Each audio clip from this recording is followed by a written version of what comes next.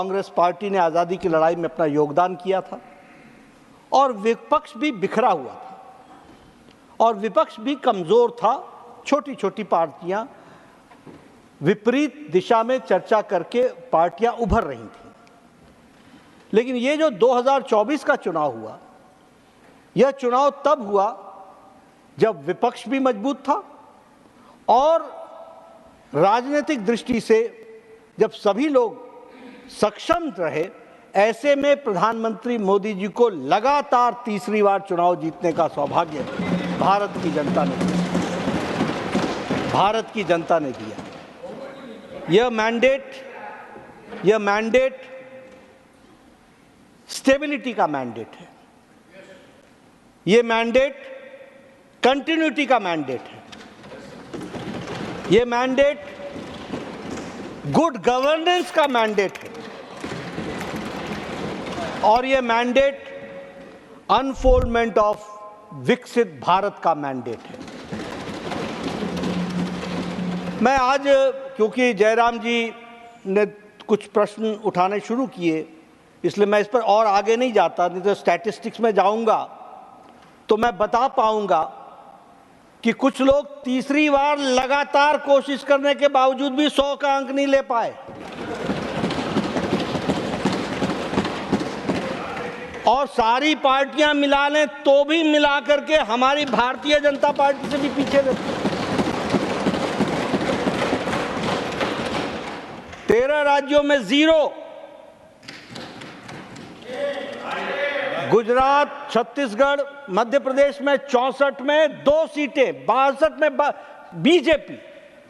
तो मैं अगर आंकड़े बताने लगूं तो बहुत बता सकता हूं, लेकिन यह mandate for stability, for continuity, for unfoldment of विकसित Bharat and for good governance and pro poor policies के कारण यह हमारे को यह मैंडेट दिया गया है।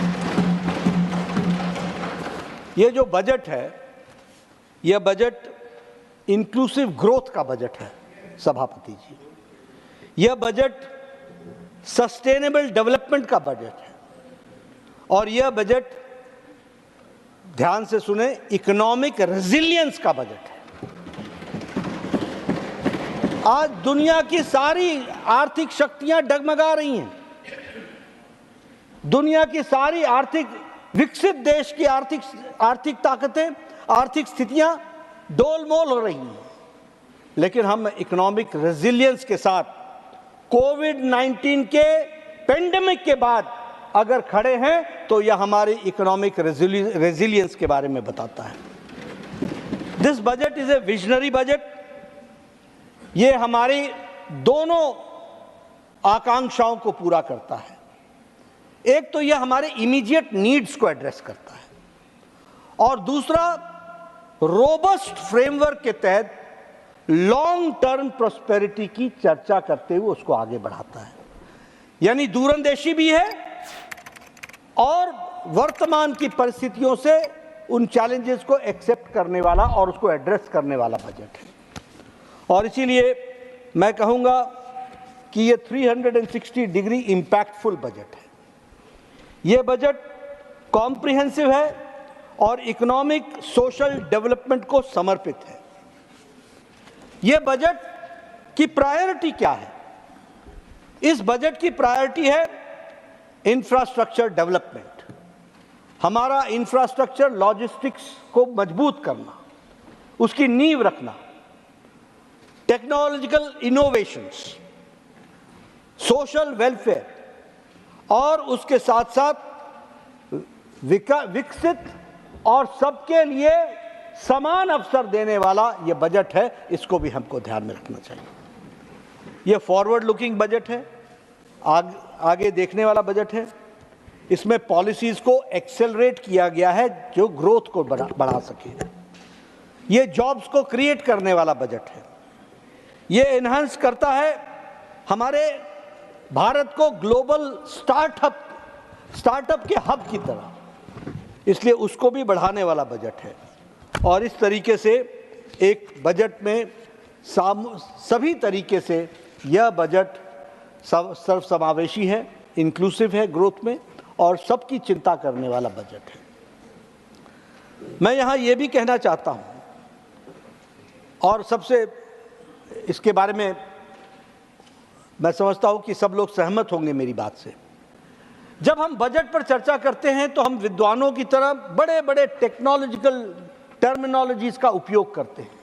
ये ऊपर बढ़ गया, ये नीचे घट गया, ये दायां चला गया, ये बायां चला गया, और साधारण व्यक्ति के समझ में आए बजट मतलब ये साधारण आदमी का काम नहीं है।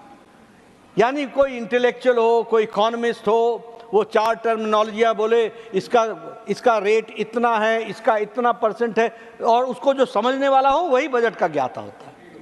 लेकिन मैं साधारण भाषा में बजट को बताना चाहता हूँ। बजट चाहे देश का हो, बजट, मैं कई बार इस विषय को बोल चुका हूँ, बजट चाहे देश का हो, चाहे किसी प्रदेश का हो, चाहे किसी कॉरपोरेशन का हो, म्युनिसिपल का, चाहे किसी संस्था का हो, और ध्यान से सुनिएगा मेरी बात, चाहे किसी परिवार का हो, बजट 3 बातों पर निर्भर करता है।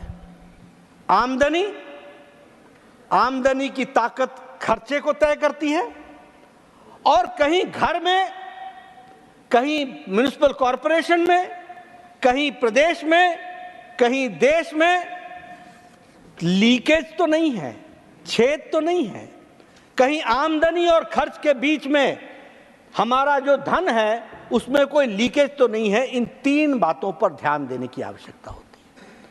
इसलिए जिसको परिवार का बजट समझ में आता है, उसी भाषा में देश का बजट भी हमको समझ में आना चाहिए। और जब मैं ये कहता हूं तो मैं इसको और भी आपके सामने कहना चाहता हूं। साइज ऑफ द इनकम, आपका साइज क्या है? जब आपके आमदनी कम होती है, आप साइकिल खरीदते हो, आमदनी बढ़ती है मोटरसाइकिल खरीदते हो, और आमदनी बढ़ती है गाड़ी खरीदते हो, फिर लग्जरी गाड़ी खरीदते हो। किस पर डिपेंड कर रहा है? आमदनी पर, इनकम पर। तो आपकी क्वालिटी ऑफ लाइफ भी इसी बात से तय होती है, और देश की भी क्वालिटी ऑफ लाइफ इसी बात से तय होती है।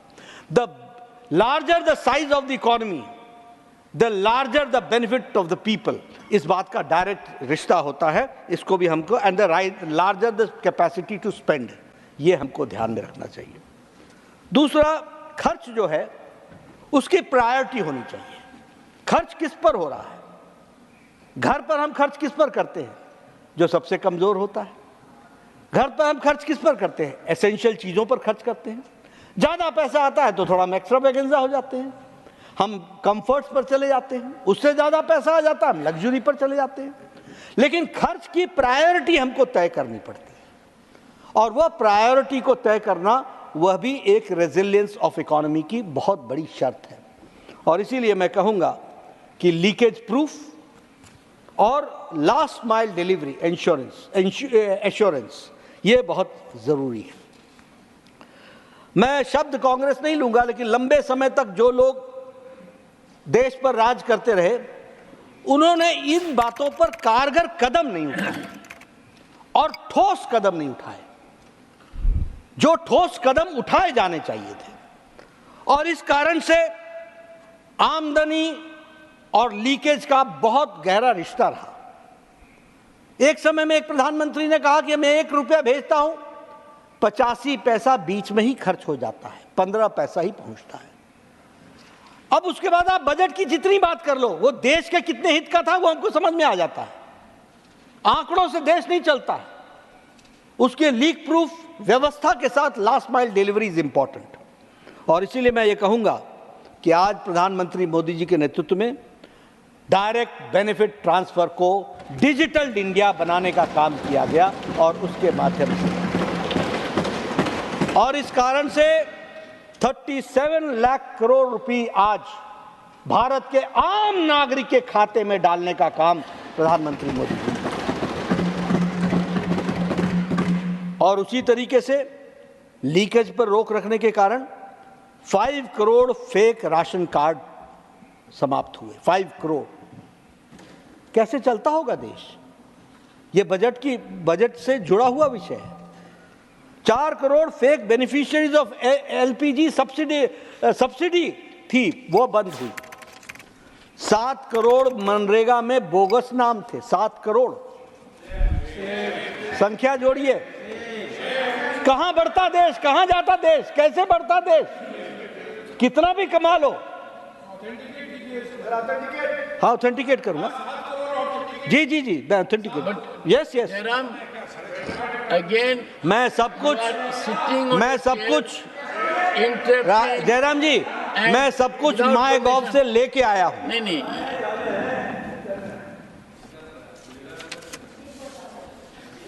उसी तरीके से 2.5 लाख सेव्ड, ये लीकेज को रोकने के कारण टोटल बनता है 2.5 लाख गवर्नमेंट का सेव होता है। और इसी तरीके से हम बहुत प्रयासपूर्वक मोदी जी के नेतृत्व में स्ट्रिक्ट डिसिप्लिन, फाइनेंशियल डिसिप्लिन ला करके इनफॉर्मल इकोनॉमी को फॉर्मल इकोनॉमी की तरफ ले गए।